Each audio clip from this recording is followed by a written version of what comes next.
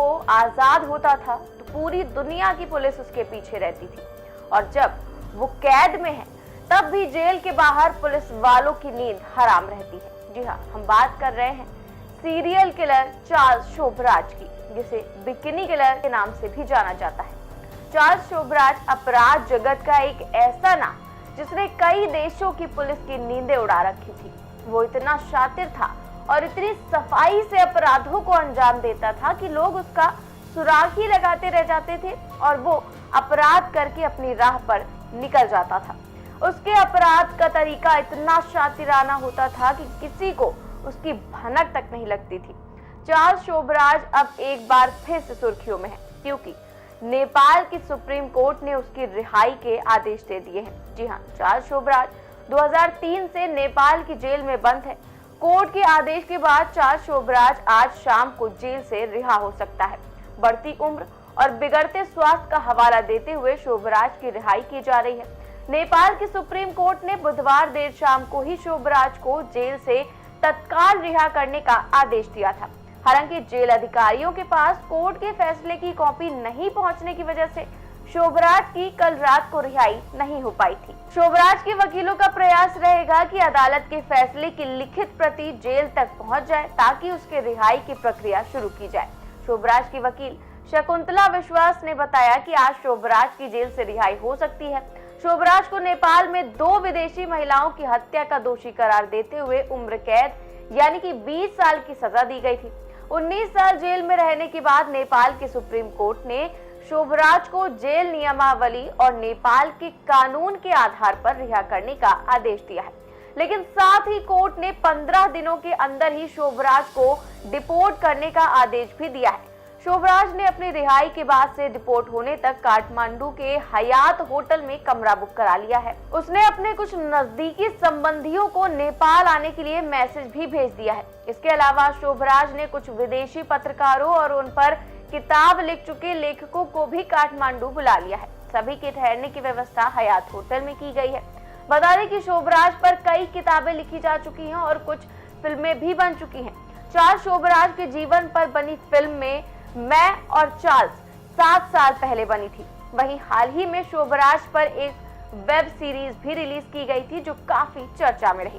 साल 2003 में चार्ल्स शोभराज को 2 विदेशी महिलाओं की हत्या का दोषी करार देते हुए उम्र कैद की सजा सुनाई गई थी, और अब जब चार्ल्स शोभराज 19 साल बाद जेल से रिहा हो रहा है तो उसके जुर्म की कहानी एक बार फिर से सुर्खियों में आ गई है। कहानी एक ऐसे फ्रेंच सीरियल किलर की है जो टूरिस्टों को ड्रग्स देकर मार डालता था। टूरिस्टों को मारने के बाद वो उनके पासपोर्ट और अन्य डॉक्यूमेंट चुरा लेता था और फिर उन्हीं की पहचान लेकर अगले शिकार की तलाश में रहता था। बता दें कि 70 के दशक में चार्ल्स पर भारत, थाईलैंड, तुर्की और ईरान में 20 से ज्यादा लोगों की हत्या के आरोप लगे। चार्ल्स को हिप्पियों से सख्त नफरत थी और वो अपने लुक्स और डैशिंग पर्सनैलिटी के चलते काफी सुर्खियों में रहा। वियतनाम मूल के चार्ल्स शोभराज का जन्म 1944 में हुआ था।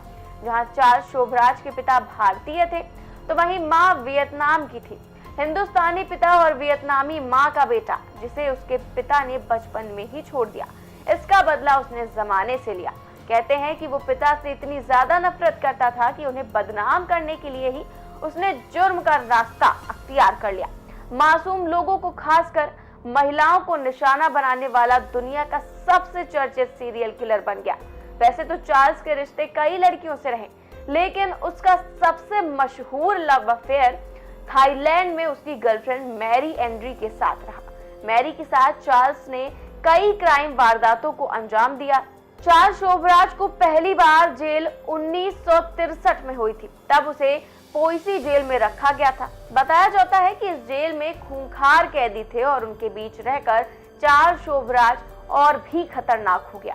यहाँ से छूटने के बाद चार्ल्स शोभराज ने हाई सोसाइटी के लोगों को निशाना बनाना शुरू कर दिया। साल 1976 में चार्ल्स ने भारत में घूमने आए एक फ्रेंच ग्रुप को मौत के घाट उतार दिया था। इस मामले के साथ चार्ल्स को इजरायली टूरिस्ट की हत्या के आरोप में 7 साल की सजा मिली।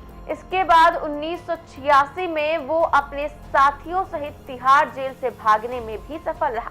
लेकिन फिर से पकड़ा गया तो सजा पूरी करके प्राण चला गया। इसके बाद नेपाल यात्रा के दौरान उसे पकड़कर आजीवन कारावास की सजा दे दी गई।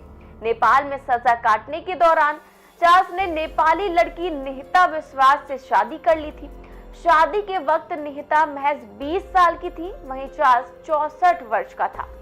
शोभराज कई भाषाओं में पारंगत था और भेष बदलने में महारथी था और अपनी चार्मिंग पर्सनैलिटी के चलते महिलाओं के साथ आसानी से दोस्ती भी कर लेता था। कहते हैं कि वो जिस भी महिला को फंसाने की ठान लेता था उसे अपना दीवाना बना लेता था। इस मामले में उसे कभी भी नाकामी हाथ नहीं लगी। लोग उसकी सम्मोहक शख्सियत का शिकार बन जाते थे। वो इन महिलाओं से दोस्ती करने के बाद उन्हें ड्रग्स देकर मार दिया करता था। विदेशी महिलाएं उसका मुख्य शिकार बनती थी। वो इतना शातिर था और इतनी सफाई से अपराधों को अंजाम देता था कि उसका सुराग लगे इससे पहले ही वो अपराध करके निकल जाता था। कहा जाता है कि उसने 70 और 80 के दशक में 24 से ज्यादा हत्याएं की, लेकिन सच में उसने कितने लोगों को मारा, ये राज आज भी शोभराज के दिल में दफन है और आज ये सीरियल किलर जेल से रिहा हो जाएगा। कैसी लगी आपको ये स्टोरी, हमें कमेंट बॉक्स में जरूर बताइए। साथ ही हमारे चैनल को सब्सक्राइब करिए और वीडियोस को लाइक करिए। नमस्कार।